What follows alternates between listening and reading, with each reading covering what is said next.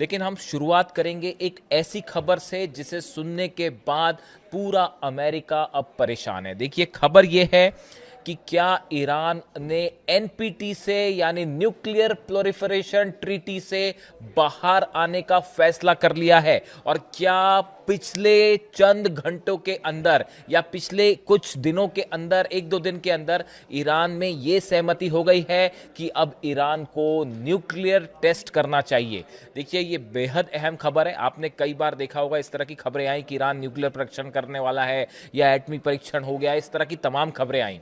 लेकिन ये पहला मौका है जब ईरान के एक प्रवक्ता की तरफ से एक बेहद गंभीर स्टेटमेंट दिया गया है। देखिए, खत्म अल अंबिया के प्रवक्ता इब्राहिम जुल्फिकारी का दावा है कि ईरान ने सभी अंतर्राष्ट्रीय समझौतों से हटने का जो है फैसला कर लिया है, खास तौर पर जो न्यूक्लियर समझौते थे।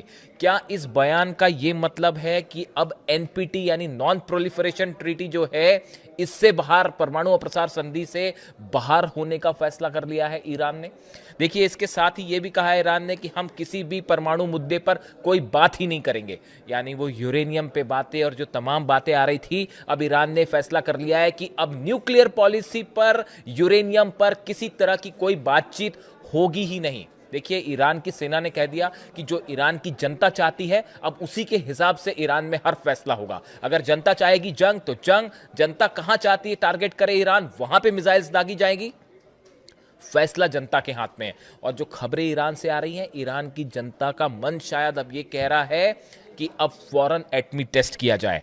देखिए, ईरान की तरफ से कहा गया है, जो प्रवक्ता है इब्राहिम जुल्फिकारी की तरफ से कहा गया है कि न्यूक्लियर बॉम्ब बनाना या ना बनाना या एटमी जो पॉलिसी है, ये हमारा सॉवरेन राइट है, हमारा संप्रभु अधिकार है। इसमें अमेरिका कोई नहीं होता है बताने वाला कि हमें क्या करना है। अब देखिए, ये इसका जो एक्सपर्ट्स बताते हैं, ये बयान ईरान की तरफ से, प्रवक्ता की तरफ से आया है, लेकिन इसके बड़े गंभीर मायने हैं। देखिए, कुछ समय पहले ईरान का परमाणु अप्रसार संधि जो है, एनपीटी से हटने का एक प्रस्ताव संसद में भी लाया गया था। ये मैं जंग के पहले की बात कर रहा हूं कि एक बिल पेश किया गया था ईरान की संसद में, जिसमें यह कहा गया था कि जो एनपीटी है, ट्रीटी जो है, जो न्यूक्लियर धमाका करने से रोकती है किसी भी देश को या यूरेनियम एनरिचमेंट से रोकती है, इससे ईरान खुद को अलग कर ले। ईरानी सांसद मलेक शरियाती ने कहा था कि इस प्रस्ताव में देश की परमाणु नीति में महत्वपूर्ण बदलाव शामिल है। इसमें एनपीटी से बाहर निकलना, परमाणु समझौते के तहत ईरान की प्रतिबद्धताओं को नियंत्रित करने वाले कानूनों को रद्द करना और सहयोगी देशों के साथ मिलकर परमाणु तक शांतिपूर्ण परमाणु तकनीक विकसित करना भी शामिल है। यानी उस समय जो बयान आया था, उसमें ज्यादातर सांसद, इस तरह से ये बात सामने आई थी कि ईरान के ज्यादातर सांसद ये चाहते थे कि जो एनपीटी के तहत प्रतिबंध लगे हैं, अब उसको मानने की कोई जरूरत नहीं है, खासतौर पर अमेरिका ने जो हमले किए। और अब तो हालात ये हैं कि देखिए, अली खामनेई साहब जब तक थे सत्ता में, जब तक वो ईरान में थे, उनका शासन रहा ईरान में, तब तक उन्होंने कभी भी न्यूक्लियर बॉम्ब नहीं बनाया, एटम बम नहीं बनाया। अमेरिका ने अपने हमलों में एक ऐसे नेता को शहीद किया जो कभी एटम बम नहीं बनाना चाहता था।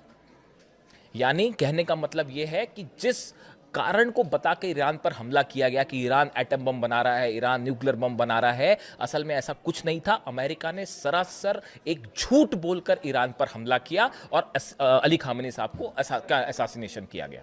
उसकी बुनियाद सिर्फ एक झूठ थी। इस तरह के तमाम कमेंट्स जो हैं वो ईरान से देखने को मिल रहे हैं, कई एक्सपर्ट्स ये बात कह रहे हैं।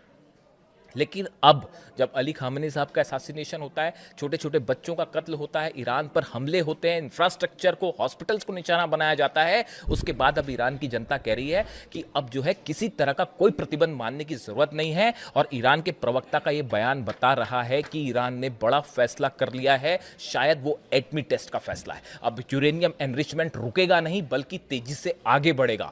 मैंने कल उनके ये जो बयान आया, देखिए ये इब्राहिम जुल्फिकारी का जो बयान है कि अब हम कोई भी अंतर्राष्ट्रीय समझौतों का पालन नहीं करेंगे, खासतौर पर न्यूक्लियर से जुड़े मुद्दों पर, उसको कई एक्सपर्ट से मैंने राय ली। क्या सबका ये मानना था कि जिस तरह से अली खामेनी साहब का असैसिनेशन हुआ, उसके बाद जो गुस्सा ईरान में देखने को मिल रहा है, सड़कों पर लोग हैं, मिसाइल्स जो हैं उस परेड हो रही हैं सड़कों पर, कल ड्रोन परेड हुई, आप तस्वीरें देखिए।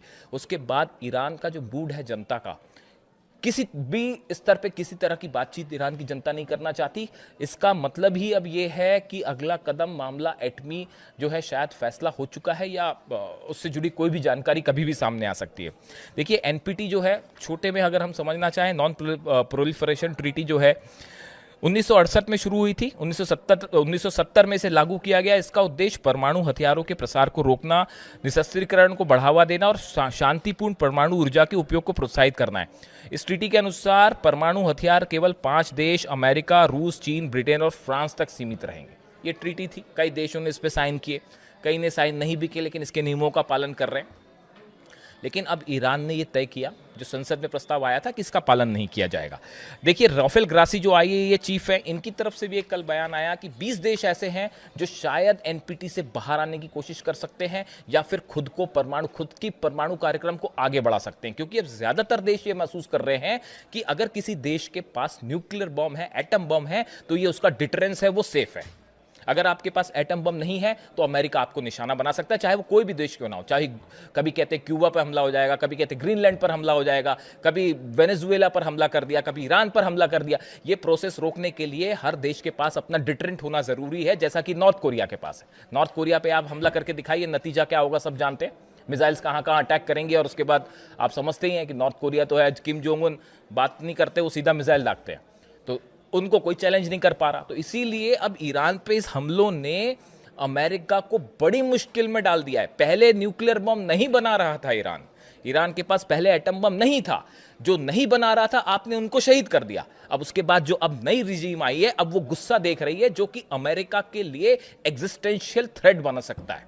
और हो सकता है कि इसी को बहाना बना के अगर हमला भी करे तो ईरान की जनता उसके लिए तैयार है कि जो हमला करना करिए, हम तैयार हैं।